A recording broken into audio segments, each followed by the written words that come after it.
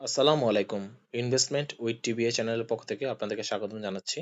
তো আজকে মার্কেট সার্বিক দিক দিয়ে পর্যালোচনা করার জন্য ভিডিওটি তৈরি করছি। তো আজকে দেখা যাচ্ছে যে মেইন ইন্ডেক্সটি রয়েছে ডিএসইএক্স ইন্ডেক্সটি হচ্ছে 32.98 পয়েন্ট মাইনাস হয়েছে। আর সরিয়ে ইন্ডেক্সটাতে 8.01 পয়েন্ট মাইনাস হয়েছে এবং ডিএস30তে 2.14 পয়েন্ট মাইনাস হয়েছে। তো টানা দরপতন হচ্ছেই। দেখা যাচ্ছে আজকে কিছুটা সময় ছিল আর কি 10টার দিকে কিছুটা গ্রিনে ছিল, দেন তারপরে 11টা সামথিং টাইমে দেখা যাচ্ছে যে গ্রিনে ছিল।